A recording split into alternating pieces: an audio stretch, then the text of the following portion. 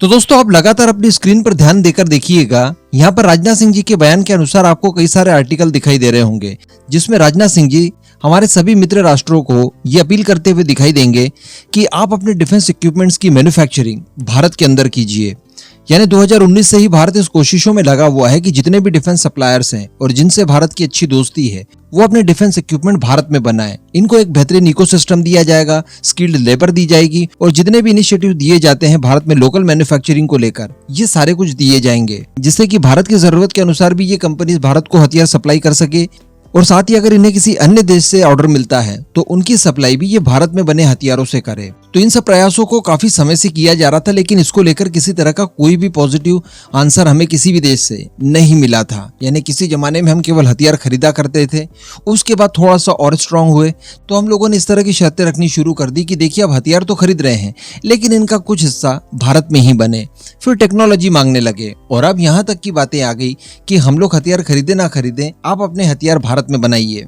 अगर हमें जरूरत पड़ती है तो हम खरीदेंगे, और अगर नहीं भी पड़ती है तो आप उन देशों को हथियार यहीं से सप्लाई कीजिए जो कि आपको नए नए ऑर्डर्स देते हैं। तो कहने का मतलब कॉन्फिडेंस लेवल यहाँ पर लगातार इसलिए बढ़ते जा रहा था क्योंकि भारत भी इन क्षेत्रों में आत्मनिर्भर होते जा रहा है। तो इन देशों की भी मजबूरी बनती है कि भारत की इन शर्तों को माना जाए। हालांकि फिर भी इतना तगड़ा रिस्पांस तो नहीं मिला, लेकिन रशिया की तरफ से अब एक बहुत बड़ी खबर निकल कर आ रही है और वो खबर सीधे जुड़ी हुई है रशियन डिफेंस कंपनीज को लेकर। वो लोग अब रास्ता तलाश रही हैं और एक मैकेनिज्म सेट करने की कोशिश कर रही है जिसके तहत वो अपने हथियारों को भारत के अंदर लोकल मैन्युफैक्चर करे। जी हाँ, जिसमें S-400, 500 या फिर किसी सुखोई फाइटर जेट की भी आप बात कर सकते हैं। इस तरह के सभी हाईटेक वेपन्स भारत के अंदर बनाए जाएं, इसके लिए उन लोगों ने प्रयास शुरू कर दिए हैं। अब ऐसा क्यों किया गया है, क्या है, सब कुछ मैं आपको डिटेल में बताने जा रहा हूँ। आप बस चैनल को सब्सक्राइब जरूर कर लीजिएगा।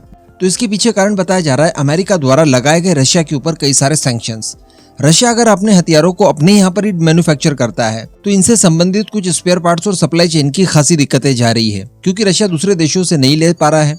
क्योंकि सप्लाई चेन को बाधित करने के लिए भी रशिया के ऊपर कई सारे सैंक्शंस लगा दिए गए हैं। रशिया का जो सबसे बड़ा डिफेंस खरीदार है यानी भारत, वो अपनी जरूरत के हथियार नहीं खरीद पा रहा है रशिया से, क्योंकि पेमेंट करने में दिक्कतें जा रही है। 2 दिनों से हम लोग लगातार डिस्कशन करते हैं।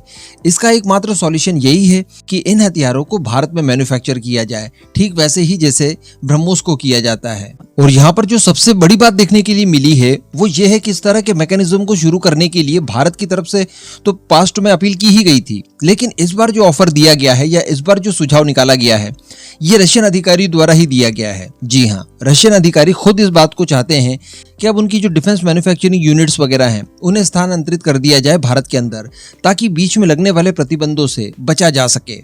और साथ ही इन हथियारों के बदले जो भुगतान किया जाएगा वो भुगतान डॉलर्स में ना करते हुए भारतीय रुपये में किया जाए। तो यहाँ पर भारत को 2 तरह से बेनिफिट होने वाला है। एक तो ये कि रशियन हथियारों के चलते भारत का रुपया ट्रेडेबल बनेगा, दुनिया के कई सारे देशों को ये आकर्षित करेगा।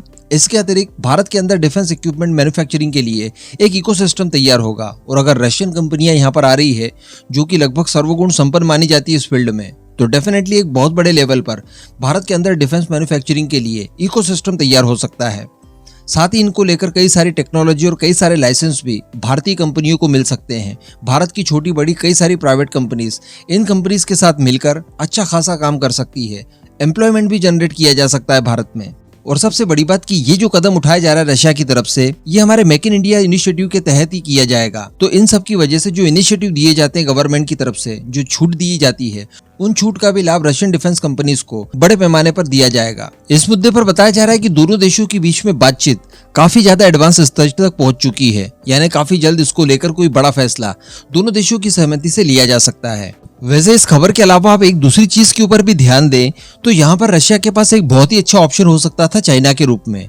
यानी ये रशियन कंपनियां भारत आने के बजाय चाइना बड़ी ज्यादा आसानी से जा सकती थी, क्योंकि चाइना के अंदर ऑलरेडी इस तरह का इकोसिस्टम डेवलप किया जा चुका है जिनसे बहुत ज्यादा सहूलत होती है इन रशियन कंपनीज को। साथ ही साथ रशियन हथियारों को एक्सपोर्ट करने में भी काफी ज्यादा मदद मिलती युआन के जरिए। लेकिन इसके बावजूद रशियन कंपनीज भारत ही क्यों आना चाहती है, तो यहाँ पर भारत की इमेज भी इस बात के लिए जिम्मेदार है। यानी भारत कभी भी किसी की टेक्नोलॉजी का दुरुपयोग नहीं कर सकता। कोई भी देश अपनी किसी भी हाईटेक टेक्नोलॉजी का उत्पादन भारत के अंदर अगर करता है तो उसके लीक होने के चांसेस न के बराबर होते हैं। न तो भारत खुद इसका दुरुपयोग कर सकता है और न ही किसी अन्य देश को दुरुपयोग करने के लिए इनसे संबंधित जानकारियां लीक करवा सकता है। जबकि अगर बात की जाए चाइना की, तो इस मामले में वो बिल्कुल भी विश्वास पात्र नहीं है।